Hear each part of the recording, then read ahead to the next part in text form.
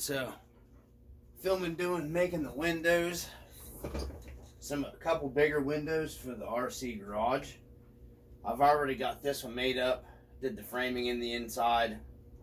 So what you'll need is some thin coffee stir sticks. You can pick these up from Walmart.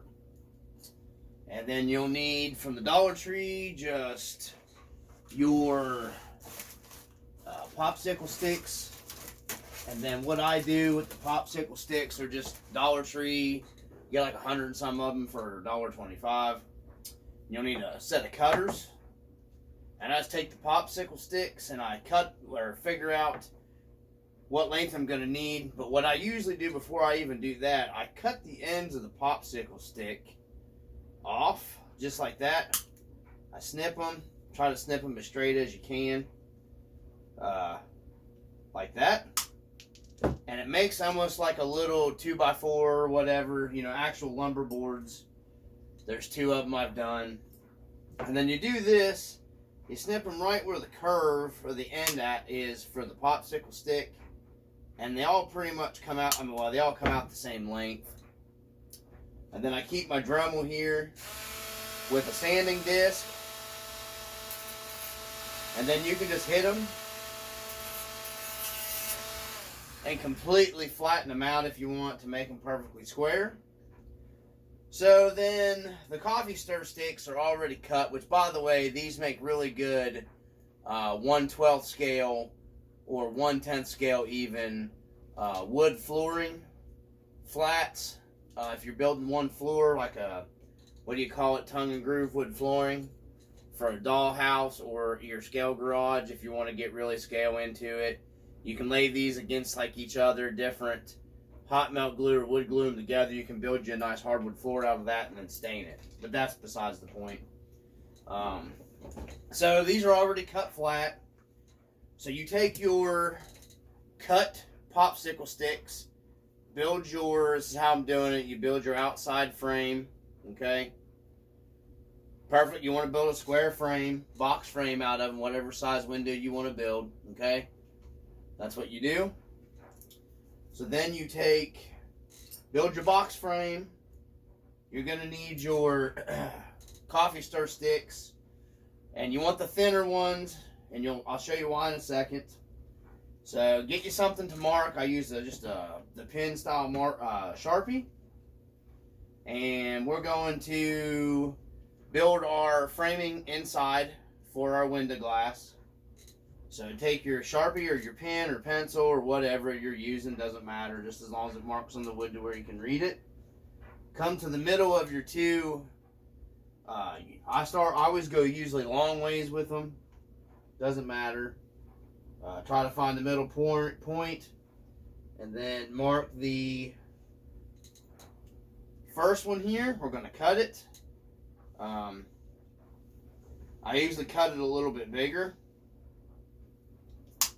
I always keep all my scrap because I'll be using that to build other stuff later. You want it to fit snug but not push your frame out. So I'm going to hit this with the Dremel.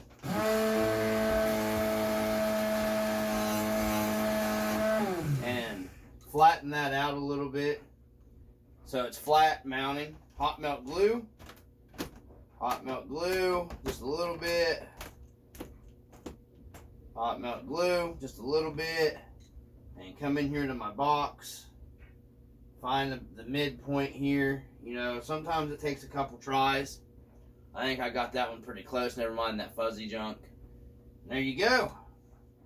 Now the reason why, and I usually take it and I push it flat down on the flat surface here. Don't need that wood glue. Take that out of the way so you guys can see. Make sure everything's laying down flat. You're not getting a warped, window or anything. Okay, there's the first part of it. And the reason I'm going to show you before I go any farther why I said you want to use the thinner coffee stir sticks is because it leaves you this little ledge, okay, in the piece right here to set your little whatever you're using for your window, okay, and it sits flush. So you have a flush window with your glass in the back here. So anyways, we got this. When I'm using for window material, this one's been cut up pretty good. Let me see. You can see how I've been cutting it out. It's just a clear plastic container. Also, this stuff that comes in the RC four-wheel drive packaging makes nice windows. It's nice and clear. Cut it to size to fit and trim it with a pair of scissors. That's what we're using to make our window glass. It's pretty simple. I'm sure anybody can figure that out. So, anyhow, back to it. We need our center supports. So I'm going to flip it back over here. Let's see. That one's probably cut to about the right length. That one's already cut. I'm going to cut one to match it. Hit it with my Dremel. Good smooth flat surface for it. We're going to mark it. Okay. About in the middle where you can find it. Mark it. I cut it, like I said, a little bigger. That went flinging. I actually fit perfect, so I'm not going to have to Dremel that one down. So, alright, so we're going to set this one first. Same thing. Little hot melt glue. That in. Wood glue works too. I just like the hot melt glue. It works faster.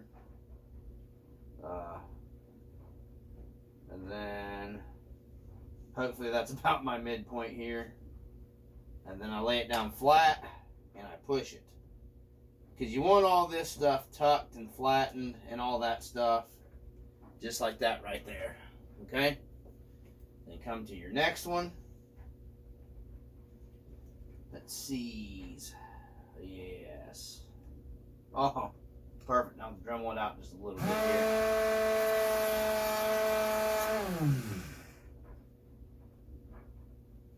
The drum a little bit more. So she fits like a glove. Just like that. Never mind these little stringy things that keep sticking. That's off the hot melt glue. So, you know, and it's, you know, an old garage barn shop, so my windows don't gotta be perfect. You know, if I was building like a super perfect, really nice, fancy scale garage or whatever, I would have probably went ahead and just spent the money and bought like the dollhouse windows and stuff like that. But, you know, I mean, yeah, it doesn't. It's like I said, it's a you know, old barn style garage, so not that worried about that stuff. So there we go, guys. We built this window. You know, I'm not worried about, you know, it being perfectly matching square. I mean, it's pretty well two matching windows to one another. You know, these are going to be running side by side, and it's going to be over my overhang. I just wanted windows. I want to put some lights in behind it, like I got the back of the garage lit up. Some light shining through it. Thought that would be kind of cool. So there we go. And then what we're going to do is, you need to build your frame. So you need to go back to your longer popsicle sticks here. Okay.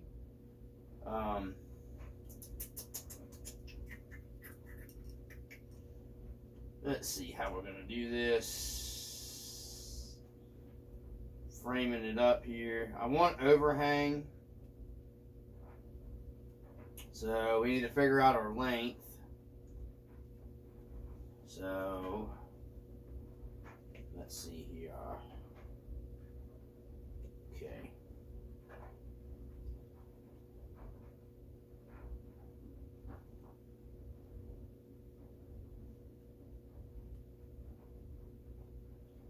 So that should work. We're going to put our bigger ends here.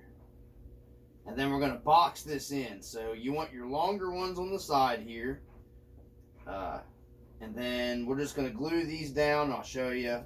And then we'll cut the other ones to length to go on the inside. So I need 2 more of these cut long. So we need to dig out some more full length popsicle sticks here from the box. We'll need a few more of those too. That's why I love to buy popsicle sticks. You can just, you know, start gluing or whatever with these. You know, if you cut them in the boards, they look more, you know, scale and They look better cutting the ends of them off. And you can do a whole lot of stuff with popsicle sticks, guys. It's just like building with like a 2x4 or whatever. I mean, so I'm going to go ahead and cut some more of these. Get you a good pair of sharp snips, cut-offs, like I got here. It'll make everything a lot easier. This is what I've built the entire scale garage with. I'd like to have one more pair like this. But I got several pairs of these given to me a very long time ago. So I'm going to go ahead and do one more so we know we have enough in case we make a mistake. That's another reason why I like the cheap popsicle sticks. If you make a mistake, you're not costing you a lot of money to, you know, redo it. So we said we were going to do the longer ones on the side here. And I think that ought to give us, we're going to go ahead and measure these suckers up. We're going to have to,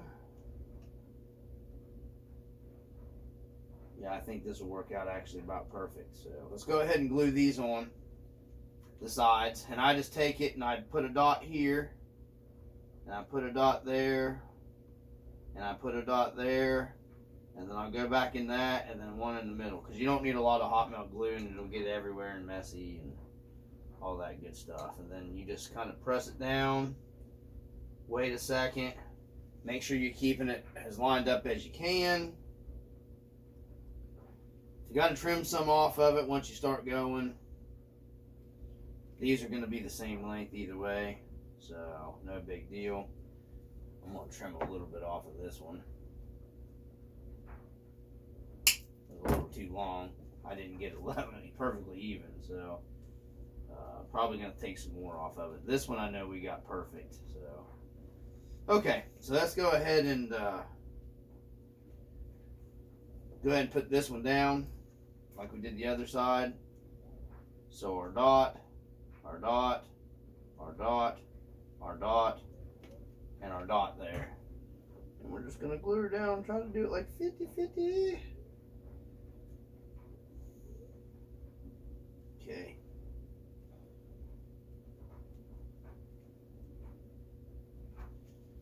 So like that right there.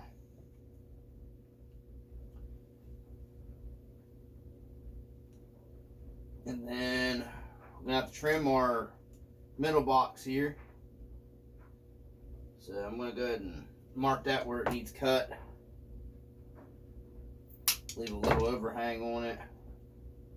And then that put us at perfect where we were at. So we're going to go ahead and glue this one down now. I don't think I'm going to have to do any more trimming with any more of these other ones. So, okay. And, you know, because we're building these kind of old school, rough cut lumber way, poor boy way, whatever. That's what I'm going to start calling it. The poor boy garage. The real poor boy garage. Because this... The only thing I really spent a lot of money investing in was the, you know, the blinds that I'm using. So that was the only thing I spent, you know, good money on. So and then you can see how the window's coming together. Then we got to measure this one before we bow up to get it and everything here. And then we are going to mark this one for cutting. Got to trim it down. All right. And that's perfect. Like a glove here. And then while I got that on there, we're going to go ahead and trim just a teensy bit more off of this one. Just a little bit more. And then I think we're going to measure this bad boy up here and see where we're getting fitting. I'm going to trim just a hair bit more off of this one so we got more of a squared up window. And then she's ready to rock and roll and glue down. There we go. And hot melt glue, if you don't overdo it, it's pretty easy to take back apart later if you want to change something else on it or whatnot. So there we go, and I just take my fingers, careful it's hot, and kind of pull the hot melt glue away. You got your window, fellas. That's it. I got to build. Then I'm not going to go over. It's just scissors and trimming the glass. So I'm going to do this one. But that's the window made. That's one of them done. And then I will just take this and lay on my foam board and I take a pencil, and then since you have this framing overlap, trim around this on your foam board, and then trim it with your hobby knife or whatever your knife, and then it pops and it's a firm fit. And you can take them in and out of the foam board. I'm not gluing them in. That way I can pop them out and move them around in my foam boarding if I want to move, until I get everything done. It's worked out perfect so far, guys. So there's the big shop windows that I'm doing. I think I'm going to go ahead and do a video when I start getting everything figured out to make the sliding doors, because I didn't video the other. But that's how I'm doing my windows right there. So I'm going to go ahead and get to doing this one.